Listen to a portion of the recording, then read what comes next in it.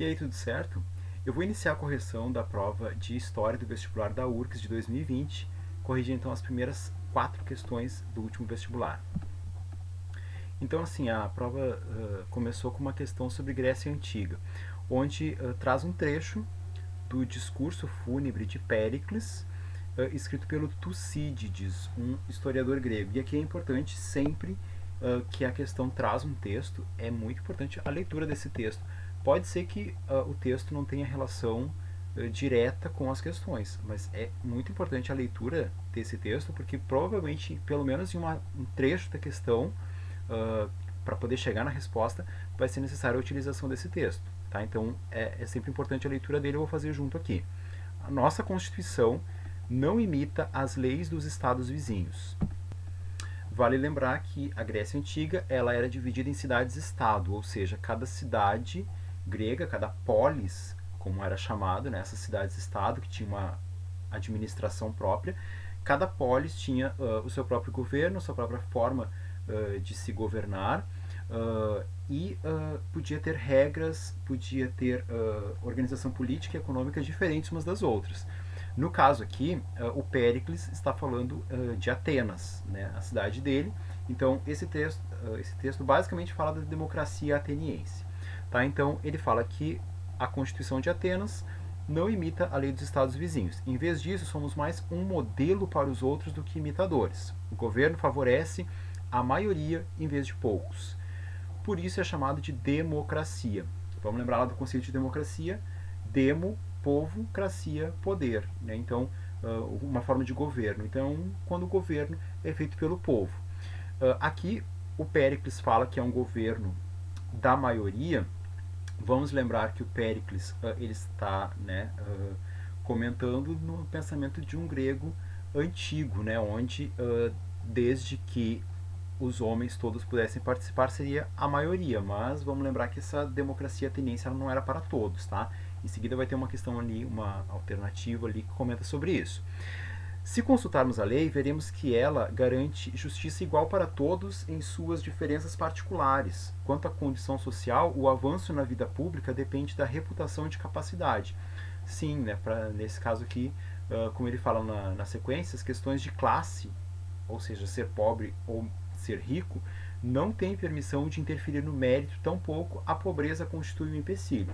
Se um homem está apto a servir ao Estado, não será tolhido pela simplicidade da sua condição. Realmente, né, rico ou pobre poderia participar da democracia ateniense. E aí essa questão é daquelas que tem 3 frases, 3 afirmações, e aí o candidato deve dizer se elas estão certas ou não.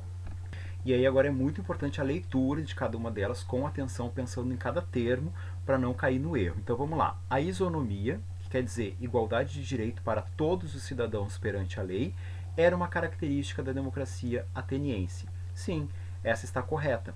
Porque olha só, fala de igualdade de direito para todos os cidadãos. Vamos lembrar que na Grécia Antiga, em Atenas, havia a ideia de que cidadão era homem, livre, filho de pai e de mãe ateniense. Ou seja, para ser cidadão tinha que ter nascido homem, tinha que ter nascido em Atenas e tinha que ser livre. Então aqui, né, já exclui todos que não se encaixam nesse padrão. Então assim, cidadão em Atenas tinha que entrar dentro desses critérios. Então sim, se entrasse dentro desses critérios, todos eram iguais. Se fosse um homem de família rica, desde que nascido em Atenas, né, filho de pai e de mãe ateniense, e livre, ele tinha os mesmos direitos, o homem rico do homem pobre. Então, nesse caso, realmente havia uma isonomia. Então, tá certo. A segunda, todos os cidadãos na Assembleia tinham o direito ao voto. Ok? Mas somente os cidadãos de origem nobre tinham o direito a discursar. Se a gente prestar atenção no texto, ele diz o contrário, né? Então, realmente, essa daqui está errada, porque qualquer um podia ter o direito a discursar. Na verdade, o que o Péricles comenta ali, né, é que, na verdade, pode evoluir, pode avançar na vida pública aquele cara que tem, na verdade, uma capacidade de dialogar. e que tem uma capacidade de argumentar, que tem o dom da política, né? O dom da fala, o dom do argumento, o dom de convencer os demais. Então, sendo ele pobre ou rico, ele tinha o direito à fala, tinha o direito ao discurso, tinha o direito de avançar na vida pública. A terceira diz o seguinte: Atenas vetava, proibia, então, a participação política das mulheres, estrangeiros e escravos, uma vez que esses não eram considerados cidadãos. Sim, está correto. Então, a democracia, na verdade, ateniense, ela não era uma democracia para todos, né? Era a ideia do povo era uma ideia restrita a homens livres, filhos de pais e mãe ateniense. Nesse caso, então, a resposta certa então é a letra C, né? Apenas a 1 e a 3 estão corretas. A segunda questão, ela traz uma atualidade, né, de 2019, o ano anterior então ao vestibular, e ela, isso é uma característica do vestibular da URGS, né, de sempre trazer atualidades, só que ela associa essa atualidade com uma questão da história antiga. Então, aqui, né, fala sobre o incêndio da Catedral de Notre-Dame, em Paris. E aí, se a gente for lembrar, o iniciozinho de 2020, nós tivemos um incêndio no Museu Nacional, lá no Rio de Janeiro. Então, provavelmente tem grandes chances de que a próxima prova do vestibular da URGS traga a questão do incêndio lá do Museu Nacional e o acervo dele, né? Tem grandes chances, eu apostaria, numa questão que falasse sobre o fóssil da Luzia, né? O primeiro fóssil de uma brasileira, o fóssil mais antigo de uma hominídeo do Brasil. Então, vale a pena de repente dar uma estudadinha nisso, dar uma estudadinha na questão lá que comenta sobre a vinda do ser humano para a América, as possibilidades, as hipóteses, né, de vinda para cá, que tem aquelas duas hipóteses, né, ou de ter vindo pelo Estreito de Bering, lá por cima, pelo norte da América, ou de ter vindo por embarcações a partir da Oceania e do sul da Ásia. Então, talvez seja aí algumas possibilidades de questão para a próxima prova. Mas vamos falar dessa daqui então, que comenta o seguinte: no dia 15 de abril de 2019, um incêndio destruiu uma parte importante da Catedral de Notre-Dame em Paris, um dos mais famosos edifícios medievais franceses. Embora construções anteriores tenham existido no mesmo local, foi a partir dos séculos XII e XIII que a igreja passou a tomar sua forma mais conhecida, período em que houve a consolidação do que na Europa? Olha ali, as opções são do feudalismo ou da cristandade. Como é que a gente pode descartar alguma coisa aqui? Séculos 12 e 13, então os anos 1100, os anos 1200, o feudalismo já estava entrando no seu período de crise, né? Já estava passando lá. O auge do feudalismo foi no século 9, século 10 ali, né? Então aqui na verdade já não era mais o período de consolidação do feudalismo, ele já estava consolidado, já estava passando por um processo de modificações. Dá para lembrar, né, que nas cruzadas, e aí eu posso deixar aqui no card o vídeo que eu falo sobre isso, nesse momento já o feudalismo já vai perdendo a sua importância. Então, não é a consolidação do feudalismo, então é a consolidação da cristandade, tá? Da força da igreja na Europa medieval. Então aqui a gente já elimina 3, já ficamos só entre a letra B e a letra E. E aqui a gente já observa que a próxima resposta então vai ser gótico, né? Sua arquitetura é hoje uma das mais conhecidas manifestações do estilo gótico, um dos estilos clássicos lá de construção de igrejas na era medieval. Predominantemente, e aí as opções são urbano ou burguês.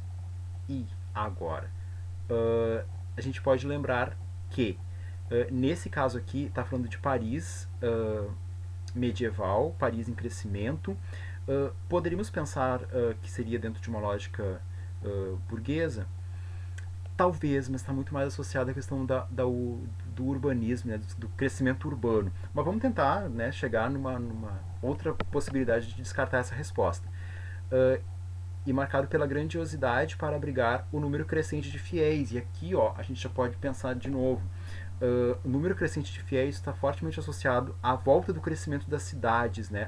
A saída da população do campo e vinda para as cidades. Isso está fortemente associado a um caráter urbano. Vamos seguir ali. Trata-se de um modelo arquitetônico que obedece a uma ordem escolástica ou ordem racional. Sim, nesse caso aqui, há uma ordem racional, né?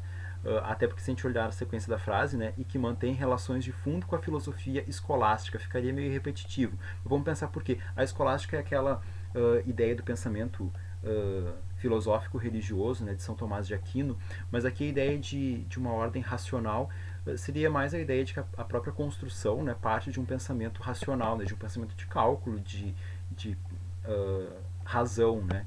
Então, sim, essa questão aqui tem como resposta certa a letra E. Então, a resposta que preenche corretamente as lacunas é a letra E. A número 3, ela apresenta então duas colunas, né? Uma coluna que apresenta eventos ali de ordem política e religiosa e do outro lado o que seria a descrição desses eventos. Então vamos por partes ali, vamos pelo primeiro. Definição da liberdade religiosa para os príncipes do Império Romano Germânico. Então essa daqui é a número 3, né? A Paz de Augsburgo, quando há aquela ideia de uma liberdade religiosa para os protestantes, né? Dentro do Sacro Império Romano Germânico. Então, aqui vai número 3. E aí, quem sabe essa já elimina e já sabe que a resposta certa é a letra D. Mas vamos lá, eu não sei essa, eu vou ter que descartar pelas demais.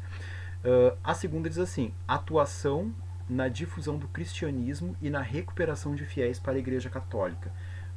Não é noite de São Bartolomeu, e aí a gente pode ficar entre a 2 e a 4. Para tentar eliminar e chegar na resposta certa, né? Mas o certo aqui é a Companhia de Jesus. Vamos lembrar que a Companhia de Jesus ela foi criada com o objetivo de difundir, é aquela criação de Santo Inácio de Loyola, né? Com a ideia de levar o Evangelho para outros povos e tentar, né, recuperar então esses fiéis, mesmo os europeus, para a Igreja Católica. Então aqui a sequência correta 3 e 4.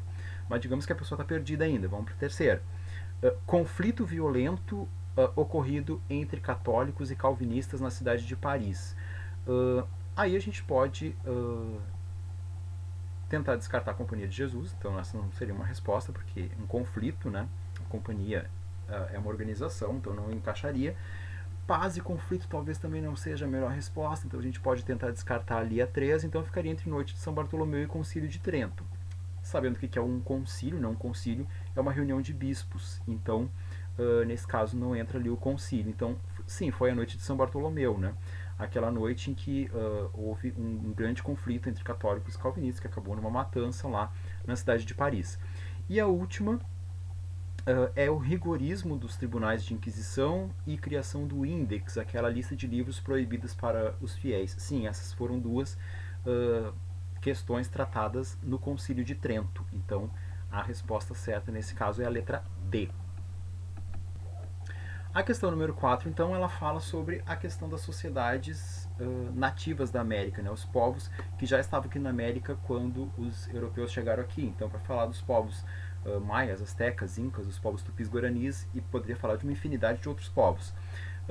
Dos povos maia, asteca e inca, eu tenho um vídeo que vai aparecer aqui, ou deixo depois na descrição para acessar, e ele ajuda inclusive a responder essa questão, mas traz outros detalhes, porque óbvio que a próxima questão não vai trazer exatamente as mesmas afirmações, né, porque a URGS não fica se repetindo tanto assim, mas pode trazer outros aspectos, então vale a pena dar uma olhadinha nesse outro vídeo. Vamos lá, aqui é para marcar verdadeiro ou falso.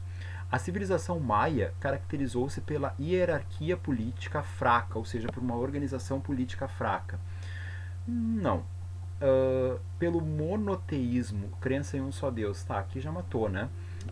As questões, por mais que tivesse um pouquinho de dúvida ali na questão da hierarquia política, falar que havia monoteísmo, crença em um só Deus para a civilização maia, é absurdo. Então, assim, eles acreditavam em vários deuses, então aqui já elimina. E pelo desinteresse ao conhecimento da natureza, opa, não, né? O calendário maia ele já é um calendário cíclico porque ele tem toda a questão das plantações, né? Das épocas de colheita e tal. Então, desinteresse ao conhecimento da natureza, errado. Então, essa daqui é falsa.